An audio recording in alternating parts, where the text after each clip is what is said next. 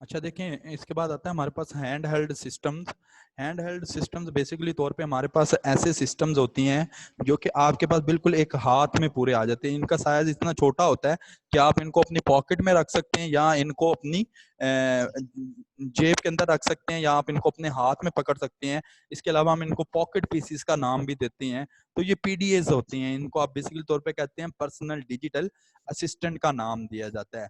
Cellular phones जो होते हैं आपके पास, ये जो आपके फोन वगैरह हैं, इनको आप पीडीए का नाम देते हैं। तो ये भी आपके पास ऑपरेटिंग सिस्टम के अंदर आते हैं। इनका साइज जो है वो बहुत छोटा सा होता है। इसके अलावा इनके अंदर जो मेमोरी लगी होती है वो भी इनके पास थोड़ी होती है। मेमोरी मेमोरी थोड़ी होगी तो जाहिर बात है इनके पास जो बैटरी की पावर होती है वो बैटरी की पावर भी जो है वो कम होती है। तो ये कम बैटरी जो है वो कंज्यूम करती हैं। ठीक होगी ये बात। ये हमारे पास होते हैं हैंड हेल्ड सिस्टम्स। इसके बाद आता है हमारे पास type of computing environment. Type of computing environment, computing का मतलब होता है कोई चीज सॉल्व आउट कर लेना, कोई चीज हल कर लेना, किसी चीज को सॉल्व आउट करना, कैलकुलेशंस वगैरह कर लेना। अब कंप्यूटर को कंप्यूटर इसलिए कहा जाता है, कंप्यूट का मतलब होता है कैलकुलेट करना, मालूम करना। तो कंप्यूटिंग इन्वायरमेंट का आपको किस किस तरह के कंप्यूटिंग इन्वायरमेंट मिलते हैं जिनके अंदर आप अपनी वर्किंग को कर सकते हैं। ये डिफरेंट किस्म के personal computing, time sharing, client server, distributed cloud computing, ये सारा आ रहा है। पहले नंबर पे आता है पर्सनल कंप्यूटिंग एनवायरनमेंट। पर्सनल को आप नाम देते हैं पीसी। ये बेसिकली तौर पे आपके पास ऐसा कंप्यूटिंग एनवायरनमेंट होता है जिसके अंदर एक सिंगल कंप्यूटर होता है। सारे की सारी जो वर्किंग होती है वो उस अकेले उस कंप्यूटर के ऊपर होती है और सारी की सारी चीजें उसी के ऊपर रन होनी होती है। इसकी एग्जांपल में आपके पास लैपटॉप आ जाता है, मोबाइल फोन आ जाता है, प्रिंटर आ जाता है, स्कैनर आ जाता है। यानी कि जो काम सिर्फ और सिर्फ एक अकेली डिवाइस के ऊपर हो रहा होता है ना, उसको आप पर्सनल कंप्यूटिंग का नाम देते हैं। इसके बाद आता है आपके पास time sharing computing. Time sharing computing basically तौर पे आपके पास ऐसे कंप्यूटिंग एनवायरनमेंट होती है जिसके ऊपर मल्टीपल यूजर जो होते हैं वो अपने सिस्टम्स को शेयर कर देते हैं at a time. Her user को एक टाइम पीरियड प्रोवाइड किया जाता है प्रोसेसर की तरफ से। जब वो टाइम पीरियड पूरा हो जाता है तो प्रोसेसर क्या काम करता है, स्विच कर जाता है दूसरे यूजर के टास्क के ऊपर। ऐसे ऑपरेटिंग सिस्टम, ऐसी इन्वायरमेंट को आप टाइम शेयरिंग ऑपरेटिंग सिस्टम का, टाइम शेयरिंग कंप्यूटिंग इन्वायरमेंट का नाम देते हैं। तीसरे नंबर पे आता है क्लाइंट सर्वर कंप्यूटिंग इन्वायरमेंट।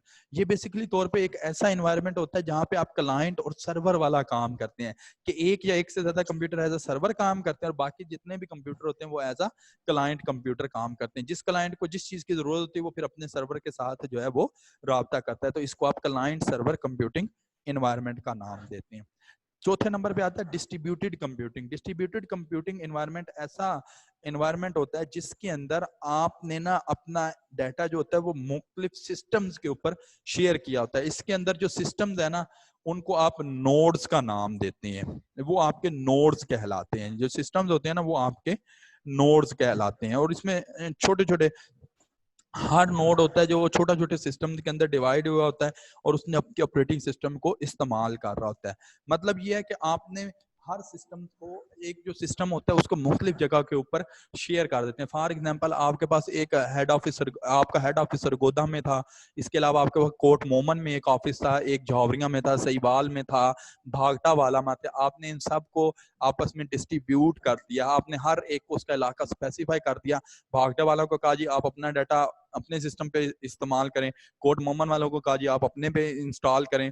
तो इस तरह से आपने हर एक को, आपने काम उनका डिस्ट्रीब्यूट कर दिया, डिवाइड कर दिया। तो ऐसे इन्वायरमेंट को आप डिस्ट्रीब्यूटेड कंप्यूटिंग का नाम देते हैं। इसके बाद आता है क्लाउड कंप्यूटिंग और क्लस्टर कंप्यूटिंग। क्लाउड कंप्यूटिंग आपके लिए एक नई टर्म है। क्लाउड कंप्यूटिंग बेसिकली तौर पे क्लाउड होता है, जिस तरह से बादल होते हैं ना, बादलों का एक क्लाउड सा बन जाता है। इसी तरीके से आप क्या काम करते हैं, आपने ना इंटरनेट के ऊपर एक स्पेसिफिक कर देते हैं। आप यूं समझें कि जिस तरह से आप ना ड्रॉप बॉक्स के ऊपर अपनी फाइल वगैरह अपलोड कर देते हैं, वो इंटरनेट के ऊपर आपको स्पेस मिल जाती है। इंटरनेट के ऊपर आपके वर्चुअल सर्वर पड़े होते हैं, वहां पे आपको स्पेस मिल जाती है। वो जो इन्वायरमेंट होता है ना, उस इन्वायरमेंट को आप क्लाउड कंप्यूटिंग का नाम देते हैं।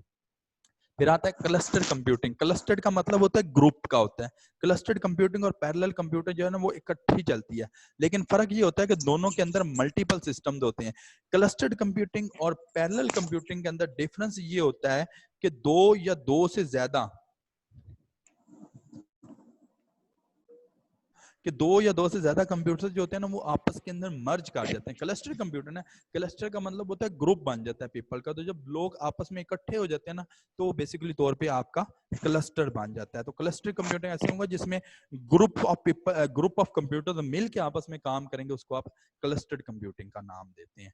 ये आपके पास ऑपरेटिंग सिस्टम का एक व्यू आ जाता है जी। ठीक हो गया जी, ये हमारा टॉपिक आज का एंड हो गया जी। अब अगर किसी ने कोई चीज पूछनी